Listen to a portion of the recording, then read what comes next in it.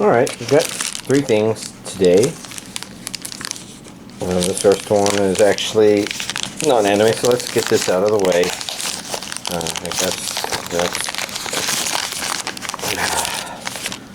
I do not have the energy to fight this thing, so I'm just going to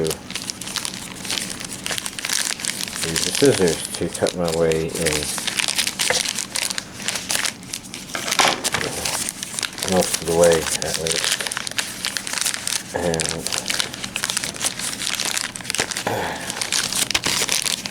there we go, that should be. And this is Kong Skull Island. You may remember from last week, Monsterverse stuff. So there we go. I've got that. Let's see. So, you know, with that being a smile, this is the top. This is landscape mode. A landscape mode package, so very strange. And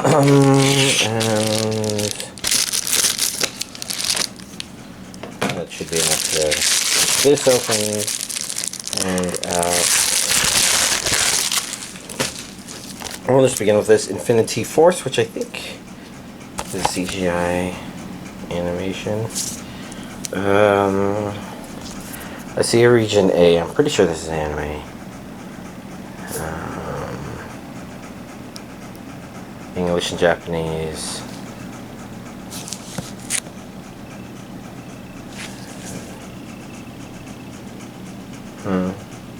Yeah, I think so. It looks like it's CGI or CGI anime or something.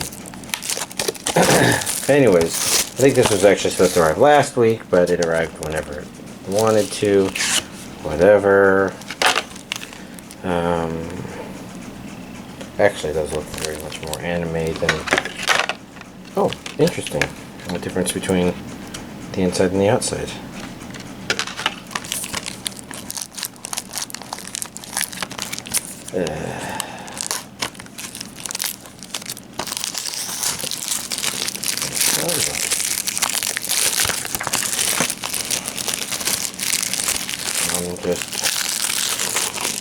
I'm just trying to make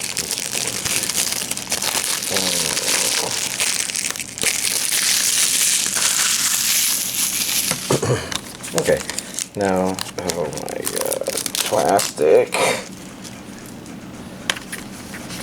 I think that's everything.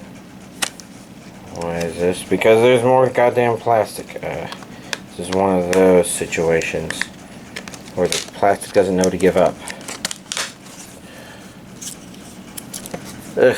Okay, anyways. What even is this? Is this Blu-ray? It says Blu-ray. These are two Blu-rays. Disc 1 and Disc 2. Who released this? This doesn't seem like the normal.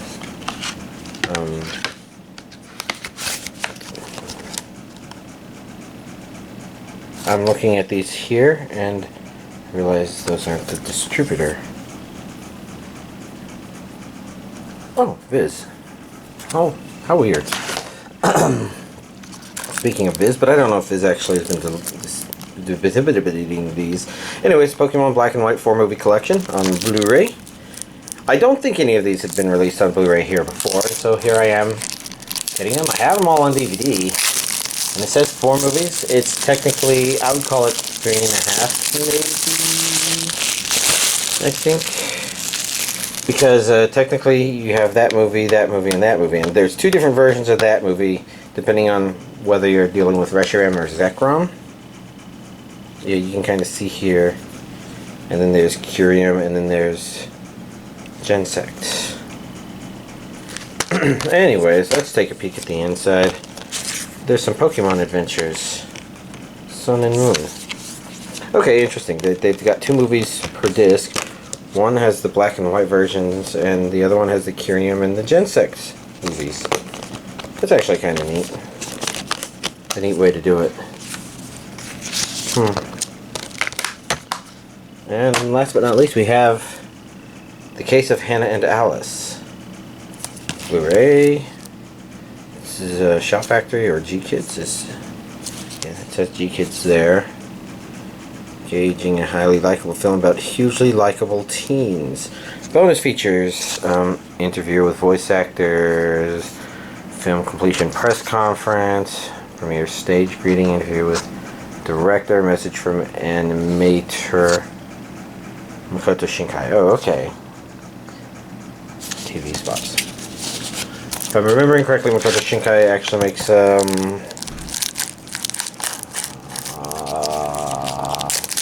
you make Your Name? Now I don't remember. Well, I think he made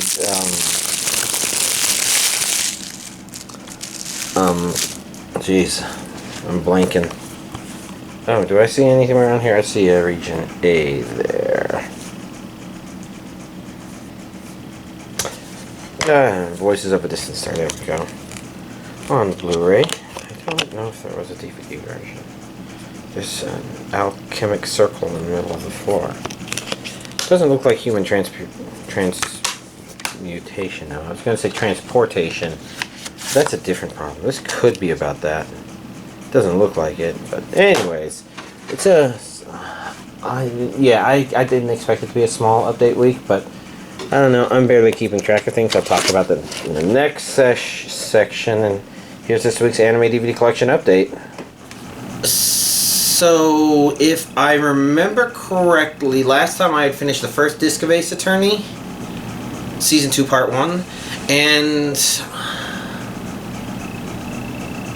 I don't think the pacing feels different. I'm wondering if maybe the games were just a bit longer, but I think Game 3 has been split into 2 core for this one. So I think you had Game 1, and then you had Game 2 as the 2 core in the first season, and this one's doing Game 3 right now, I'm pretty sure. I never actually played them. I watched YouTube videos of people playing them, and good stuff. But the contents of Disc 1 were only from the game, whereas Disc 2 had, I think, only 3 episodes. It could have been 4, but I think it was 3. 3 episodes of a anime-only story, which was okay. I mean, if there's anything I would complain about it, it's that being an anime-only story, it doesn't quite feel as Phoenix Wrighty as the rest of it. Now, I say this from the perspective of somebody who watched the games and had a general idea of how, I didn't see exactly the interfaces because I think it was a dual screen version, and I only saw the top screen because it was like an emulator version uploaded to YouTube, so I never got to see what they were doing with items and doing to navigate and stuff like that. So there was probably a lot of useful information lost that way, but I still got the general idea. Well, they used this item here, and they pointed out these 2 contradictions in the testimony and things like that. And a lot of the stuff in the anime kind of works pretty much the same way. It just kind of feels a little bit faster, I think, and it doesn't quite have the video games as awesome music. I think it's still fine. I just can't think of it, and I just don't feel as... I don't know. The video games are probably still better, but the series is still very good and watchable, and this one, even though it isn't like that, it is still interesting. It's these characters doing that, and they introduced little habits and things that would normally have been the way the anime represents a video game only adaptation of an idea, which is usually a lot of the witnesses' interesting behaviorisms, I guess. Yeah, the game's fun with its exaggerations and stuff. Anyways, enjoyable. I just kind of... I guess I'm not sure why I thought it would reach that stuff, because that was... The ending of the 3rd game, I remember, was particularly tough.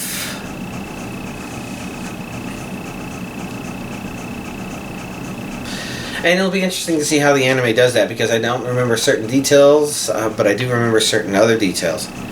But Anyways, Camphor. Basically, because there was this English dub version, this was an easy thing to put on. I was doing something else at the time. I'm trying to think what that something else was. And it wasn't that I was completely doing something else, but it was like I wanted to be able to shift attention back and forth. And Camphor kind of struck me as, okay, I've been curious about checking this out now that I kind of got a small inkling of what it was about. And I haven't seen that character yet. I'm only 4 episodes in, and I don't think I'm continuing, but it's not that I couldn't continue. It's just, well, I'm having trouble thinking about what I would be doing. I really should, because I have all of My Hero Academia Season 3 now, and I should watch the Two Heroes movie and this series, and I don't know when I'm going to do that. I can't give y'all any promises. The biggest issue, I don't know if I can say the biggest issue. I don't even know what the issue is. I'll have to continue on that. Let me try and remember to finish this. So, I haven't seen that character. Are they the same character? They're probably the same character. That makes sense. All 12 episodes and 2 OVAs. So, I thought it's okay. If there's any problem I've seen so far with the 4 episodes, it's that it's kind of established this idea of these girls fight, and the fights, while not like mind-blowing, are actually still kind of good, kind of neat. There's neat character, I want to say movement, but I don't know if movement's quite the right word. You kind of feel like, I don't know, it felt like there were just at least little things in there that make you feel like, okay, they're kind of impressed by them doing this, and I would be impressed if somebody did that in front of me, so I'm kind of impressed that they did this because I kind of don't know what's going on, but it works out a little bit better than some of the stuff out there. I've kind of mentioned before that, you know, I don't tend to find action that is just going through the motions to be that exciting.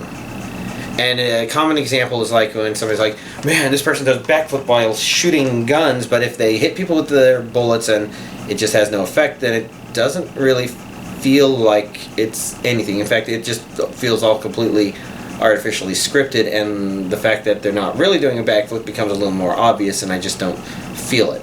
Little things like that. And maybe that's a mindset thing and whatnot. This one didn't trigger that for some reason. Instead, the issue has mostly just been that it's a little aimless.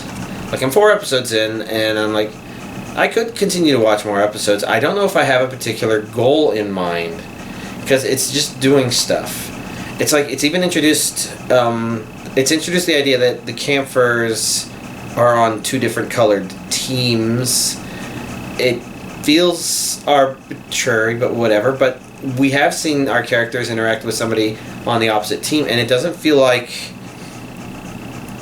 there's any real reason for them to not have a conflict, as well as for any reason to have a conflict. It just simply is a fact. It's almost like putting 2 people who are fans of 2 different football teams on there, and they're just playing a game of pool and chilling and hanging out, and you're just like, so then why did you establish that they were fans of completely different football teams or something like that?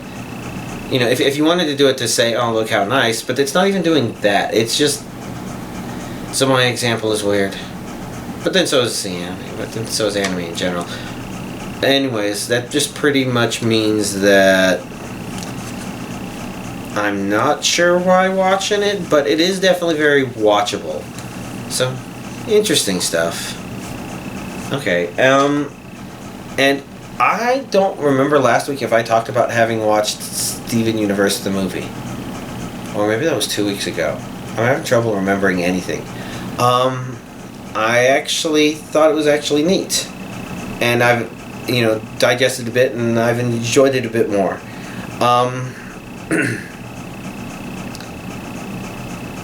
I guess some of the things about it that really stood out, and I want to try to talk about it without really spoiling it a whole lot, or hopefully spoiling anything, and more just talking about interesting facts that are just like, oh, well, that's an interesting fact. So it is a musical movie, and I think this kind of stands out. Like, I think it was Rebecca Sugar made it, or was that My Little Pony Friendship is Magic? I'm pretty sure it's Rebecca Sugar, and the series itself had lots of musical moments to it. It had the episode that was always the musical episode in each season or something like that. But it also had other moments that were just that. So, and I never really noticed, but characters have different musical themes that are just wildly different things from each other, which you kind of more notice because when they're dancing completely different or something like that. This is really obvious in those parts. But anyways, The movie is kind of a bit of an expansion on that part, where it's a musical movie, which means there's a lot of songs. It's usually going from song to song that's, moving the plot along, which it does a pretty good job of doing.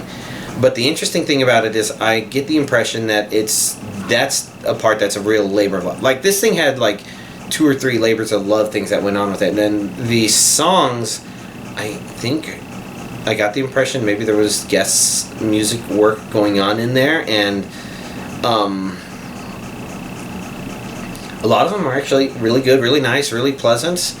The word there aren't any that I can recall that were grating. The series never seemed to be grating with it songs. At best, it had, oh, that one was okay. I'm not going to remember that song, but I can kind of appreciate having seen it too. Oh wow, I really love that song. It flowed really well, and I think the movie kind of represents a lot of that stuff pretty well, which makes it very Steven Universe-y. But there was also a lot of guest animators. So there's definitely been moments in the series that had guest animators. I think that scene comes especially to mind, but the movie had those in there, and it's surprising because it's all very seamless, but at the same time it works. It's just a lot of really neat stuff, and that's just kind of like what it's built out of, and not to really talk about the underlying story and the characters. And of course, I'm not going to talk about those a whole lot, because to kind of get people up on the speed on a whole lot of that stuff, that would require probably spoiling the series, and the series is pretty worthwhile to have some things not spoiled, simply because it does a really good job of just leading up to certain things. And I guess I would elaborate, but I can't elaborate, because then when you watch it, you will know what I'm mentioning, and you would be able to pick up on it in advance. Whereas it, as a series, just it works. And I wish I could tell people who hadn't seen the series why some of them work. But I really think it's one of those ones where if you watch it and you enjoy it, then you would appreciate just the way it works. Which is interesting, because some people talked about how, like, there's movies out there where people know, oh, this movie has a twist, then they can spot the twist when they go into it, and because the twist is obvious in retrospect. So if you didn't know there was a twist, then you wouldn't know to look for it, etc. But at the same time, knowing there's a twist and kind of knowing how it works allows people to appreciate, or kind of, and to look forward to seeing a movie, so that they can kind of say, oh yeah, that was a good twist. That would have, I guess to a certain degree, it allows them to vicariously experience the twist, even though they knew it was coming. They're like, oh man, yeah, that would have really tricked people. That was a good narrative thing. Because people like storytelling, and so sometimes they like the story being told to them, and sometimes they like picking up the storytelling elements, I think. And there's a little bit of that kind of goes on with both of those. But the meandering point is stuff. I'm traveling very far away. One of the really neat things about the Steven Universe movie, which I would not call a spoiler, is I really like the character design for Spinel, the new gem they introduce. In particular, she's intentionally designed to be very reminiscent of what is called the rubber hose animation era of animation. Every time I say that, I say the word animation twice for some reason. And if you're not familiar with that, think of the very old black and white Mickey Mouse cartoons where the arms, instead of having a bony structure of some sort to them, they're just basically a rubber hose that just happens to swirl over and do whatever needs to have happen. Which allows people to tie them in knots and do other weird things to them. But it's not even just that the character kind of has that. It makes sense in the series, because you do have a point where there is a gem that loses control of her body just a little bit, and you can kind of see that it falls apart in a stretchy way. So it doesn't seem like much of a stretch to have one who is especially designed to use that sort of feature. And so she's kind of got the rubber hose animation thing going on, and her poses are also very reminiscent of a lot of those old-timey cartoons, some very bouncing in place sort of stuff. It's neat. It's neat, and like a lot of stuff Steven Universe, it's definitely about making these characters, I don't know, it tries to make sure characters are gray. And I'm trying to think of all the things I could list that go both directions with that, but with antagonists in particular, they try to make sure, you know, that they tend to have motivations and be their own person, and I'm not sure if every getting underneath them and understanding them is necessarily completely convincing per se, but it is contextually convincing and neat. So a lot of stuff in there where Steven Universe kind of makes you interested in wanting to see the way these relationships will potentially develop as you gain more information, as you gain more thoughts and ideas. It's very nice. And the movie represents a whole lot of that stuff as well. Anyways, as you can see, thoughts are jiggity-jaggedy moving. A lot of the reason for that is, I think, have I mentioned to y'all before that I do stuff on VR chat? Anyways, I hang out on VR chat, and you know, it's really nice. I have the VR stuff, but VR chat in particular is kind of nice because you'll have a mix of people on VR, not on VR, that are on there, and it also has multiple support for multiple stuff. So as a social program, it's actually just very nice. You just find people to hang out with them. They turn out to be, you know, a bunch of little kids. And I say that more from the perspective of a 36-year-old, because I'm 36. And so when there's somebody on there who's half your age, it's like, well, interesting. You're of age, but I'm old enough to be your dad. Huh. I never thought this day would come so fast. It's kind of funny. Especially since, you know, some people like to build weird fake families and stuff. And so things like that happen, and it's kind of interesting to see where it goes, especially since, you know, most of it doesn't actually go in very sexual directions. Like, for example, there's some people who, you know, have this kind of kink of calling people daddy.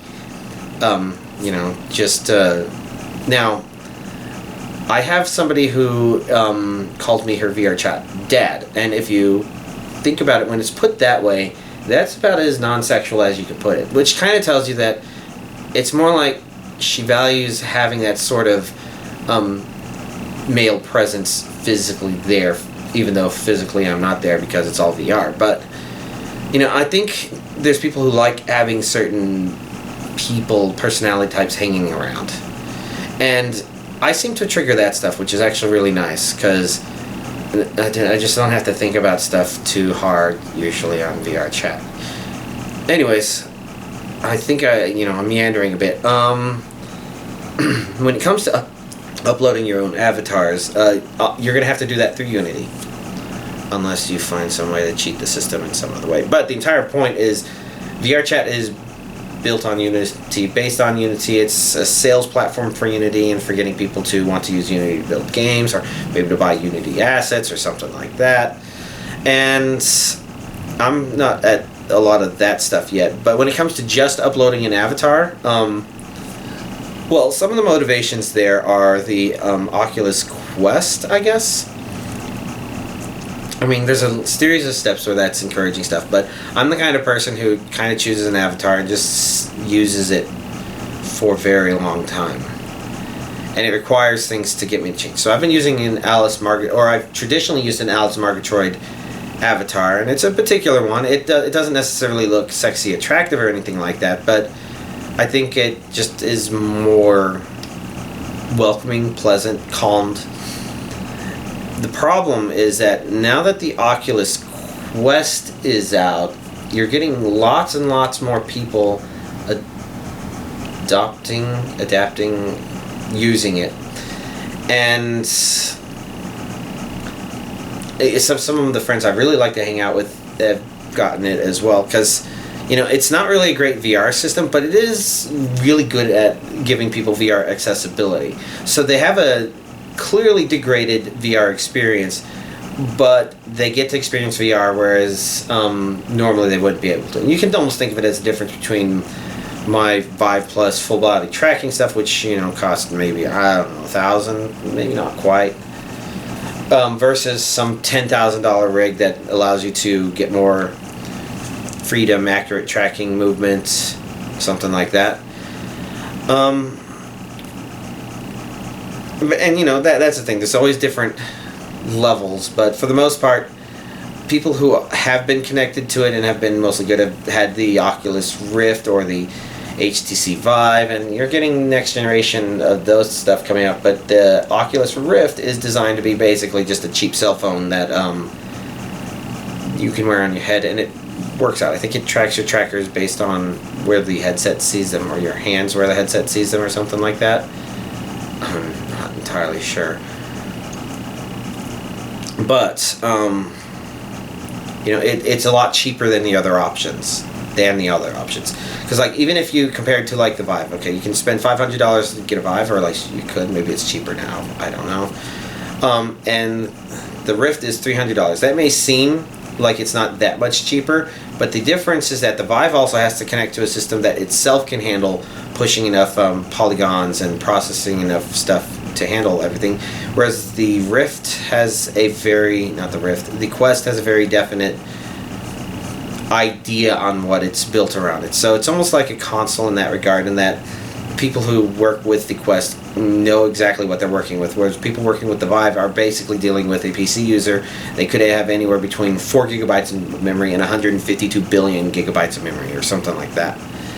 And then their graphics cards could be anything between a potato and a rock concert. I don't know. Stuff. Anyways, the point is, the way VR chat deals with avatars is an avatar is uploaded and either supports Quest or it supports PC users. And if you upload 2 of them with the same ID, then you can have one avatar that has a PC version and a Quest version, and they can be slightly different. They could have different textures, they could have different polygons, things like that. And so you have the ability to create avatars that are both at the same time. But my old Alice Margatroyd one is PC only. And the big issue with that is just that, I've got some of my favorite people to hang around with are in Quest a whole lot, and so they won't be able to see it. Instead, they'll just see a robot with a picture of my avatar on there, and that's not quite the same. They won't get the height right, and won't be able to see me sitting down in a chair looking stupid. So naturally, I had to find an avatar that was there, and because I chose one early on that meets my requirements more or less, I haven't changed away from it per se. I say per se because the idea was I went with the Bowsette. It's a very low poly, very scary designed one, barely works at all. But, it had the right kind of face when I'm head padding, and the right height and kind of stuff, and it was just slightly not slutty enough to kind of work for my purposes. I say just slightly not slutty enough because obviously Bowsette isn't dressed very modestly per se, but at the same time, she doesn't look like she's trying to hit on a guy per se. She just looks like she sort of is there, and sometimes she has this silly, goofy face or something like that. But the problem with that one is really just that, it is definitely crappy. And one of my Quest friends has been figuring out how to upload her own avatars, and that's increased my desire to discover the process myself. And that's what happened Sunday or Saturday night / Sunday morning. And I've ruined my sleep schedule, and I'm not done figuring stuff out. The process of learning Unity and Blender, even with YouTube videos, has mostly been hitting my head against stuff until things work. So I learned a lot by just learning this doesn't work, this doesn't work, this doesn't work, this doesn't work, this doesn't work. And there's stuff that you'd think should just work, like there should be tools out there that just make them work, but they don't. I think a really good example is atlasing, where the idea is, you have an avatar with made out of a bunch of triangles, and there's different images put on different triangles, essentially. And the original reference images for those triangles, usually it's just a version of it unwrapped. So if it's normally like this, then it's a flat version that looks like this and says, oh, here's this triangle, here's this, nice and simple. But you can have multiple of those, and the less of those you have, the easier it is to tell the GPU to just draw it with these triangles. So you don't have to go back and forth as much, I think. So when it comes to optimizing avatars, you kind of want to take the different samples, combine them into one big file, and have them be referenced. And and for the most part, I understand the idea is I haven't quite followed the video on how to do it manually, but there are tools out there that are supposed to do it for you. Seems straightforward enough, right?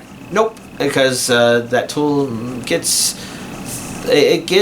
confused very easily when it has to deal with transparency, I think. And unfortunately, there's more than one use for transparency as far as I can tell, some of which includes just making sure that the colors of certain things appear a certain way because a kind of mixture of colors happen to be put on that spot. And the result, if you try and atlas with the automatic program, is that you'll have parts of the avatar that just turn white. And so Bowsette in particular has a black dress, and most of her dress turns white, and her hair turns white, and her eyebrows turn white. But a lot of the rest of her is fine. So that's an example of, well, when I tried to reduce the number of textures, it didn't work. And it's not a problem, but there's lots of little complicated things like that. And I'm staying a little focused on what I'm trying to focus on. In particular, I want to make sure. So part of the interest in the Bowsette is the friend did upload a Bowsette avatar, but she's following some of the more basic process and learning some of the details from that perspective. But I'm interested in owning the avatar, as in like, okay, well, the problem with this Bowsette that you can get from VRC mods is when you head pat people, it doesn't give the smiling face that I like. And figuring out how to add that in has been an educational process. But then the other one is, like I said, I have this Bowsette and I haven't been able to reduce the polygons, and now I have a vague idea of the shit ton of work I would have to do in order to do that. The spoiler end of that is I would have to basically recreate all the blend shapes that allow mouth movement and eyes open and closing and stuff to work, and then I would have to map that into the thing. Or maybe if I choose the same name, it'll all be fine. I don't know. So I'd have to do that. But then when you take a step back, of course, one of my interests here is to be able to go back to my old Alice Margatroyd avatar. And that one's more complicated because the original source material for that one is MMD data. If you're not familiar, MMD stands for Miku Miku Dance, and that refers to Miku Hatsune, I think. And the idea is, a lot of that stuff is, here's dance moves, and here's 3D models dancing to them, and here's songs, etc. So in theory, you could take a song with people dancing to it and replace it with a different MMD model, and then that other person would be singing and dancing to it. Or you take an already existing one and have them do a different song and dance. MMD is its own interesting thing, and it's got its own 3D stuff in there. Now, the trick is, in order for me to get that into a wearable avatar, I have to go from the MMD format into Blender, into Unity, and then into VRChat. And I've been experiencing problems at every leg of the journey, but a lot of that is also just my own becoming familiar with the process. What can I do in order to get the textures to show up in Unity, even though they're not showing up there, but they are showing up in Blender? Can I export them? How do I manually make sure they get reapplied? And the problem there is that technically the textures are divided up into things called materials, and I don't know how to make it where a certain material is created that represents a certain texture and it gets mapped correctly. Because I have a lot of the original stuff, but it seems like there's a couple layers of translations going on in Blender that aren't quite making it to Unity, but I did manage to get that far, and then I was dealing with the problem with the bones not behaving correctly, and I guess that became do armature stuff, and there may be some bugs related to that, and I don't entirely know everything I'm doing, but I did, you know, reach the point last night where I did upload the avatar, and it was stable on PC, but I got reports from my Quest friends that it was doing something weird, so I'm going to have to figure out what that is. So as you can see, I am still in that mindset, and I am very sleep deprived, and I'm not feeling it because I keep thinking about stuff. And things I don't think about include, like, how I keep rambling on here. Is it rambling? I think it's rambling. It's stuff. Oh well, if there's anything else to mention, it's that, so last week I mentioned that I wouldn't be able to show off the 2080. Well, turns out that's wrong, because after I stopped that video and I was getting ready for the stream, it turned out that upgrading the NVIDIA drivers, I guess I never installed like really new versions of the NVIDIA drivers. Windows kept telling me they were up to date, but I guess I couldn't expect Windows to really know. So when I finally installed GeForce Experience and that one updated the drivers, little did I know that broke the ability for the Elgato software to work maybe with the video card or something. So for my stream last week, I downloaded OBS and figured that out real quick. It's a really straightforward and pretty well-made program, and that caused me to kind of expand on what I was trying to do with it, just to make sure I could get it to work. And so last week, any of y'all that are subscribed to my Twitch stream saw that I played Quake 2 RTX for a bit. You know, probably more interesting in the beginning when I had a vague idea of what I was already doing, but once I got into unknown areas, I clicked into obsessive compulsive gamer mode, and I need to find every enemy, I need to find every secret, I need to find all of the things. And I probably slowed down quite a bit, trying to just figure out what I was supposed to do. You know, that's when the number of people watching kind of drops down pretty low. But the point is, I can stream this stuff. Now, I just don't have anything interesting to stream. I did play around a little bit with VR chat stuff. If there's any issue there, it's just that I have the potential for too many input sources. But it does mean that I can also stream VR stuff in general, because I do know how to get the what people are seeing on the camera itself thing. So it's all things to think about.